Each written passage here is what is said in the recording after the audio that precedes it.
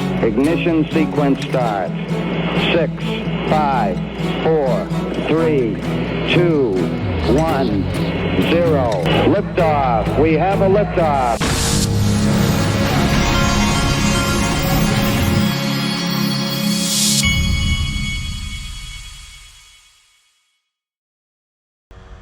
Hey everybody, this is the Digital Asset Investor. Wanted to remind you, link to my sponsor. They're still doing the if you own Ripple equity and you trade, I think it's for every $10,000 of Ripple shares that you trade into other private equity, you get $1,000 of XRP. That's still going on the platform. That's at linqto.com. Go check it out. All right. Boy, is there some shady stuff in the works right now with these ETFs. I called this months ago. The second I saw it, I immediately knew. This was when all the people that spent all these 5 or 10 years pumping Bitcoin and Ethereum, when they were worried, they were going through that period of time where they were worried that Ethereum was now going to be the target and that the Ethereum ETF would be in jeopardy. That's when you saw them switch and add Solana to their talking points, because that was the next one where they could do all their pump and dumps and all the stuff. That was the way it was obvious. You could see it a mile away. And now Van Eck has filed for a Solana trust. And I said, reminder, only XRP has legal clarity in the United States. We are watching Wall Street pump games being played. So make no mistake, corruption's still going on, folks, because this is the exact same game that was being played with Bitcoin and Ethereum for all the years leading up to ETHgate.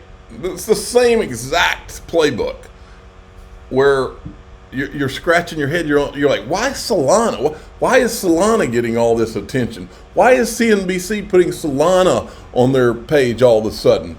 Why is Solana even in the game to be having an ETF approved? Ripple's the one, XRP's the one that has a legal victory that declares XRP in and of itself not a security. Why is Van Eck not filing an XRP ETF? But you don't have to take my word for it. This was Monica Long, president of Ripple, the other day. Ripple's in a position where we can serve a lot of enterprise use cases for finance. So you can expect us to kind of expand beyond payments as a use case. Secondly, because we were just talking about ETFs, I think it would be very sensible for someone to launch an XRP ETF. XRP has been, trading as one of within the top 10 for how long? Maybe its entire life.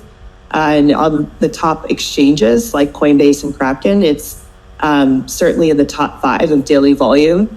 Oh, the other factor there, because of the court's ruling last year, XRP and Bitcoin are the only 2 crypto assets in the United States with clarity from the government.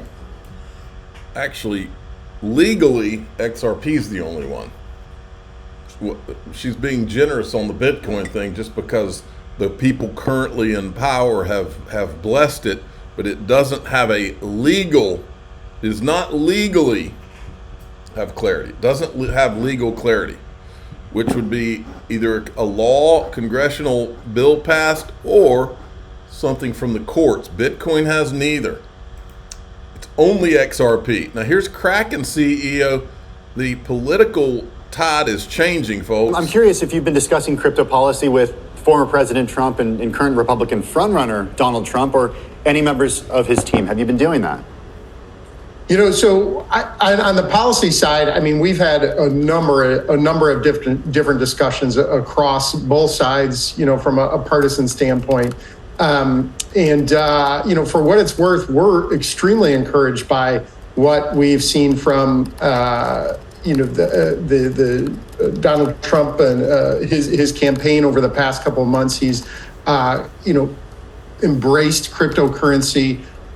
Frankly, has met with many people in the industry and, had several events where he's, building that knowledge and come out, very positive. This is a big deal coming from some of these Silicon Valley types.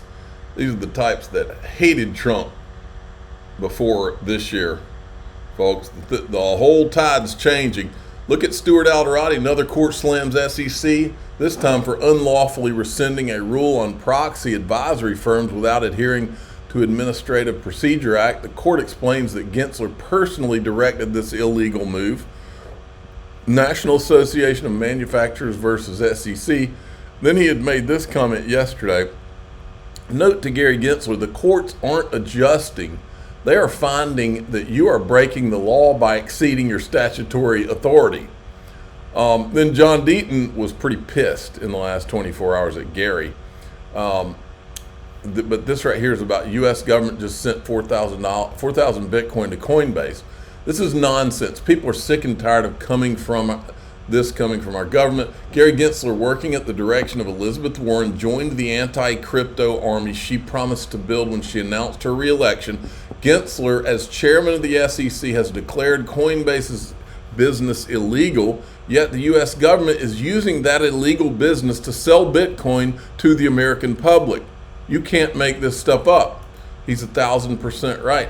Here's this guy. This is J.D. Vance, who's apparently floating a new crypto plan, and it's a Politico article. This is the guy that's being considered as Donald Trump's running mate, is my understanding. And by the way, tonight we're going to get to see if Joe Biden craps his pants on stage in a debate with Donald Trump. That should be fun. I will get some Chardonnay for that. Then Ryan Selkis had tweeted this out. This is one of the first things I saw this morning. If you are in crypto policy and actively helping John Donenberg right now, Liz Warren's former chief of staff and now AI plus crypto guru at the White House, you're an idiot and a traitor, and I hope your company fires you. One meeting is fine, but no mas. Freeze out the snakes. This is the John Donenberg. He worked for her. Well, when I saw this tweet, I went out looking for any information I could find on John Donenberg, and look what I found. Mr. President, I rise today to recognize an extraordinary public servant who is leaving my office for a new role. John Donenberg has been one of my most trusted senior advisors since 2011, when I first ran for the United States Senate. After his stint advising me on policy during the 2012 campaign, I asked John to serve as my first legislative director in my Senate office. John was my LD for 6 years, then senior advisor and policy director for Warren for President, and for the last 4 years, he has served as my chief of staff. He is headed to the White House to serve as deputy director of the National Economic Council. I know John will bring with him to this position an abiding commitment to helping working families, as well as one of the best policy brains in the business.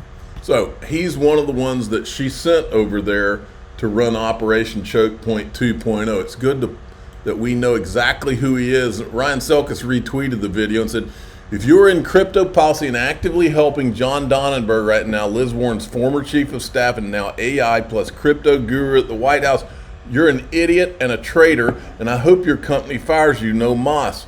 Freeze out the snakes. I love it.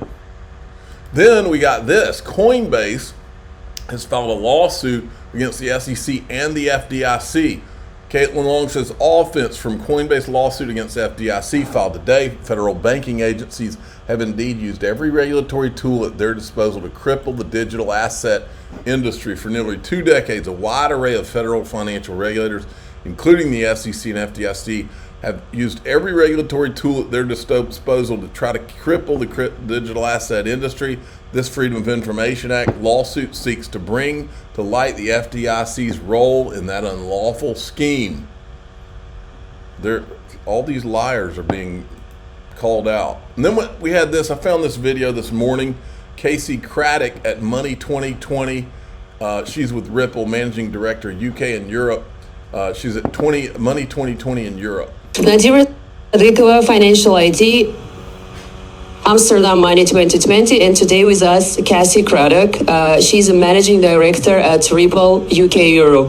And today we're going to discuss about Ripple's the recent developments and what has been done. And so that will be really interesting to get your insights, Cassie. welcome.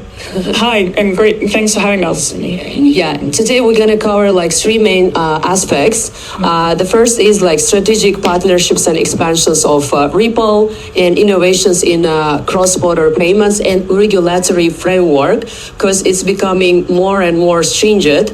Can you just like shed a light on those three topics, please? First is strategic partners, how Ripple is fostering and making collaborations around partnerships, etc. Great, thank you. So Ripple is building enterprise crypto solutions for financial institutions, and we're providing, banks and large financial institutions an end-to-end infrastructure platform so that they can easily build within the digital asset space.